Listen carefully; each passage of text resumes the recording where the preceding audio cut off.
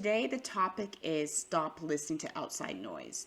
So, what are those triggers that you're finding in your life that is hindering you from reaching your goals? I think it's a great topic. Always good to remind ourselves that we are on our own journey separately. We're not in a group journey.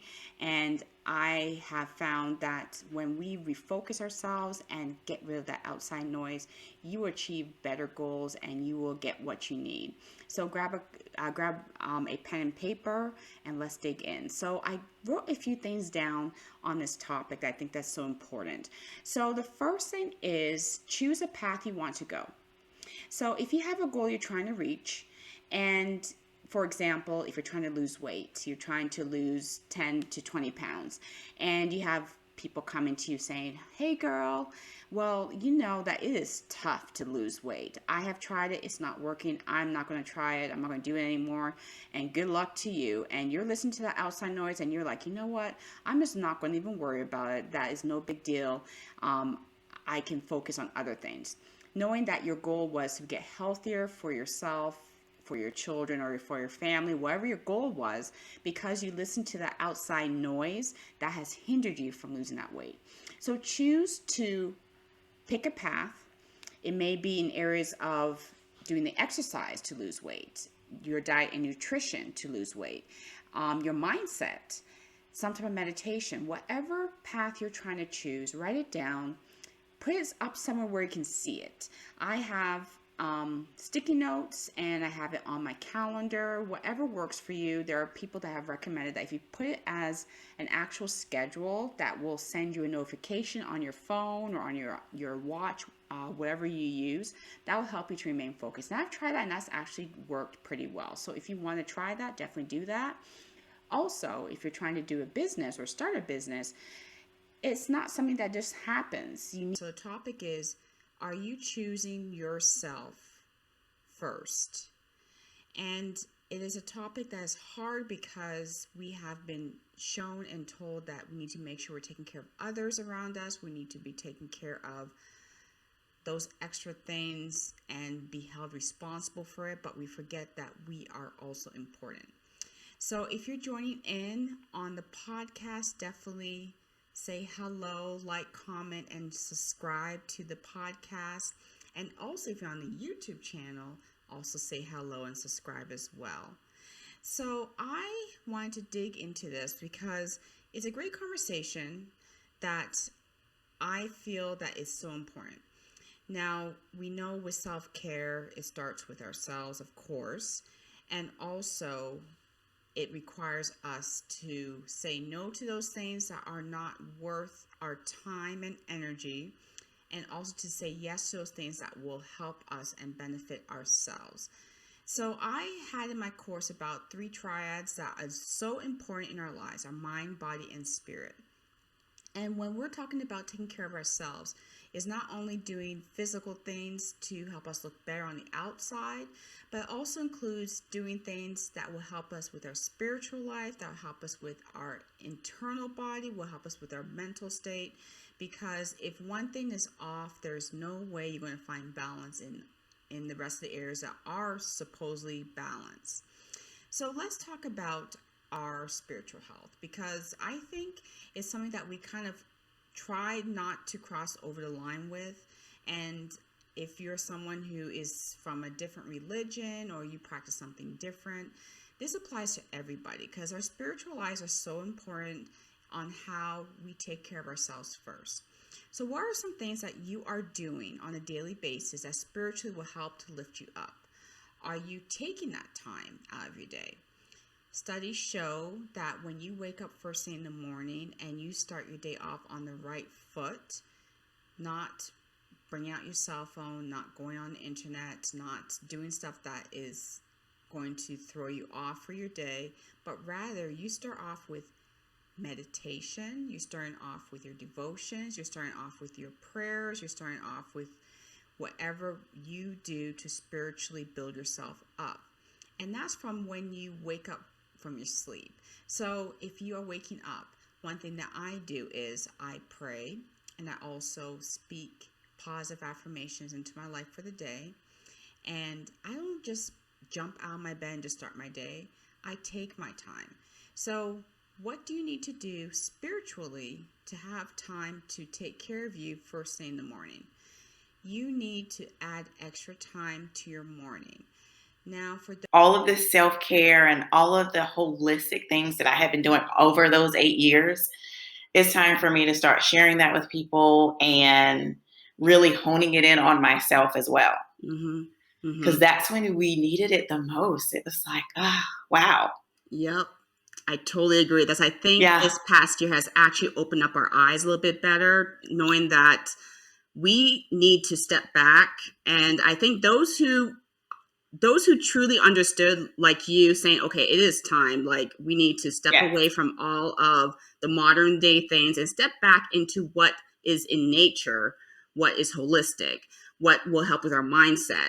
I think when we Mhm. try to just look in the outside part of our body, doing all the gym and the extra stuff, but we're not taking care of ourselves. There's Right. so many people that I have met and so many people that have lost their lives that were friends of mine that Hmm. were they were taking care of themselves, but weren't Right. truly taking care of themselves. And it was a big eye opener.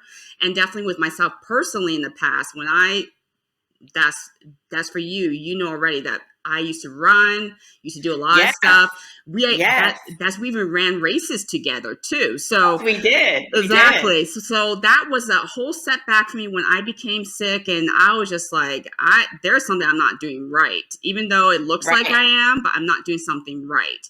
So self Right. care is so important. I learned that the hard way, and definitely that's my goal, to help other women not to just wait until they're sick, but to take care of themselves now that they're healthy, so that you won't end up in that Yes. situation.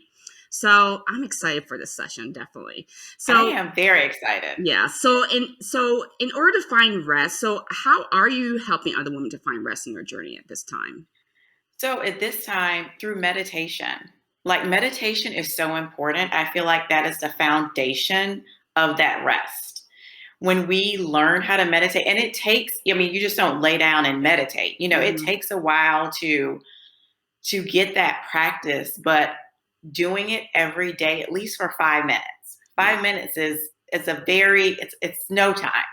5 minutes just to be at peace and at rest and Mm-hmm. stillness, Mm-hmm. and just focus on your breath and let everything else on the outside just be still.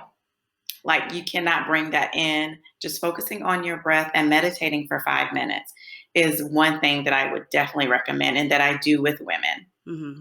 That's Also, my awesome. Reiki sessions. Reiki is amazing. Just using that universal life force of energy just for healing. And Mm-hmm. like you said, we have all of this illness and we may look good on the outside, but on the inside, we're feeling these pains and these aches that we're not really talking about. Mm-hmm. But really that starts with our energetic self first. So, those chakras and our energy starts to feel that imbalance first. And Mm-hmm. then comes that physical part. When we start to feel that physical, oh, I'm having these migraines every day, or I'm having these stomach aches every day. Well, a lot of that has to do with like that internal energy that's been going on for a while, Yep. but we've just ignored those Mm-hmm. those signs, right? Inclusive. They didn't seem very representative of the diversity that Tamika and I represented. I'm Chinese American, she's Jamaican Canadian. And we really wanted a place for women of color and people of all backgrounds to come in and all shapes and sizes, and not have to feel like you have to be a certain way by the time that you get to this retreat space. So that was 4 years ago. Since that time, we have hosted retreats in Greece, Italy, Colombia, Bali, all over the world. And it's just been such an amazing experience. We've been recognized by AARP, Essence Magazine, Thrive. So to feel those accolades, not only from the media and from the public, but also from our tribe sisters who end up showing up. We have some clients that come to retreat after retreat after retreat. I see them more than my own parents, which I absolutely love because I'm traveling the world with these amazing women. And we really focus about holistic wealth and balance. And I think, Audie, to your point, is like the first retreat that we ever hosted, we were like, these women are coming to Bali. We're going to jam packed every single minute. And by day 3, they looked like they had gone through war. Like they, they were exhausted. It was like, wake up at 6 a.m., go for a workout, and then we're gonna have yoga later, and we're gonna go and see all these sites. And so we really had to implement rest. And that was such a key ingredient into our retreats, interestingly enough. And then about 2 years ago, Tamika and I really started to develop more on a coaching practice that was very integral into the evolution that we seek to see within women. Pay attention to what works for you. And on my own journey personally, I have learned that I really don't care what other people think about what's going on with my life, because I know what works for me. And I want you to be on the same page with your own life of loving yourself, loving what you've been blessed with, paying attention to those things that you've been given. So we're on earth as human beings, and we're here to help each other, but also to be able to live life. And if you're not living life and you're all stuck on what other people are doing or what you want to be or where you want to be at, and not enjoying the journey you're currently at, there is no way you'll get to the next level like that. The good old book, the Bible, some other things always say that we need to be grateful for what we have.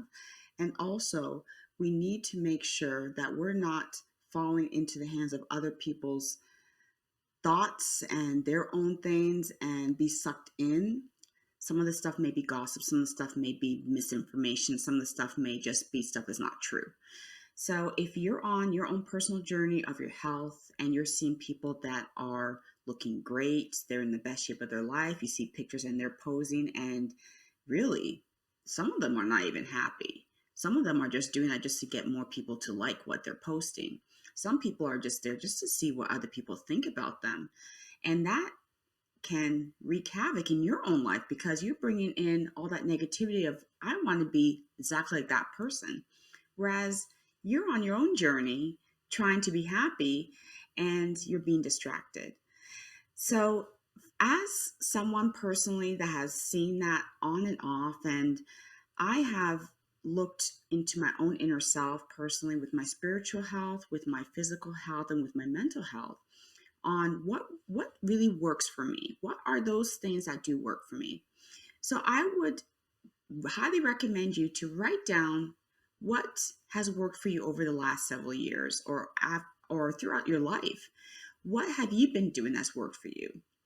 So, for example, if you have been trying to lose weight and trying to feel better and it's not coming off, and now you're stressed out because you're seeing your friend has lost about 20 pounds on maybe a diet that works for them, or you've seen someone who's in better shape, have gained muscle, have gotten their flat tummy and all the rest of the stuff, and now you are so stressed out because you're not losing that weight. Studies have shown stress does add pounds to your body. It causes your body to be in a fight or flight mode, whereas you are always on a hyper level. That causes your body not to lose weight. It causes your body to now add more fat to your body. It causes your organs to now be working harder. I wrote a few things down that I am going to read off of. So the first thing that I have learned is to start loving myself first. Now, if you are a parent, if you are a caregiver, if you're helping other people, as a nurse, if you are in the healthcare industry, or if you're someone who's just like basically helps other people day to day, it's so important to make sure you're loving yourself first.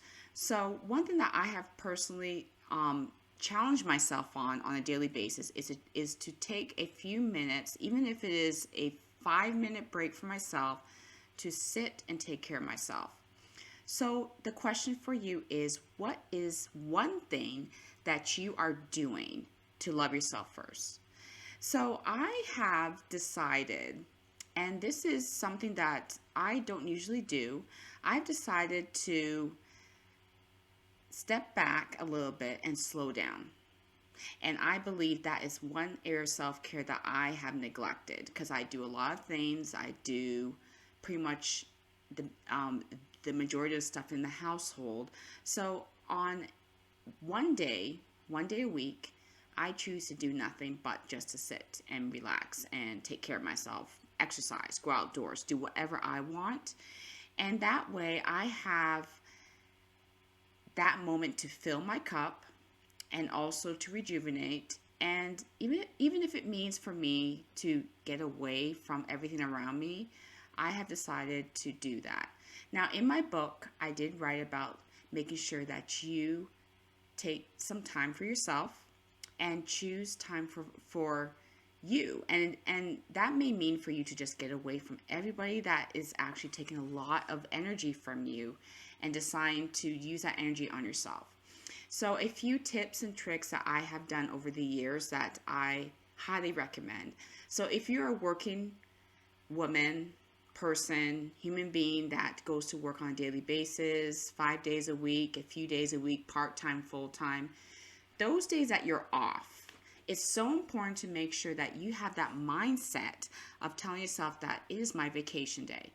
You may not be going away on a trip, but it is time for you to have that mindset of it's your break, you're on vacation, you're on a mini vacation, and you decide to enjoy it.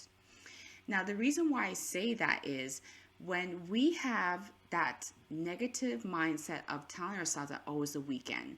Oh my goodness, I'm going to do nothing. It's not going to be fun. I'm not able to go away. You will definitely not enjoy yourself. You won't enjoy the moments that you have on for those days that you have off. If you work on the weekends and you're off a few days during the week, the same way. So the mindset you put into those days you have off is how you are going to either enjoy it or not. So definitely that's something that I am still learning, and I've pretty much added back onto my plate as a reminder that I need to make sure I love myself first. The second thing, using the word no. In my book, I did talk about letting go of those baggage that is around you, what people bring to you that is not even yours. So what baggage do you have that you need to let go of? I have decided that no is the best thing I can say to anybody, even my kids, with some stuff that I do. I take too much responsibility for things. And I decided that it's so important to make sure that I don't overburden myself. I ask for help, and also I say no.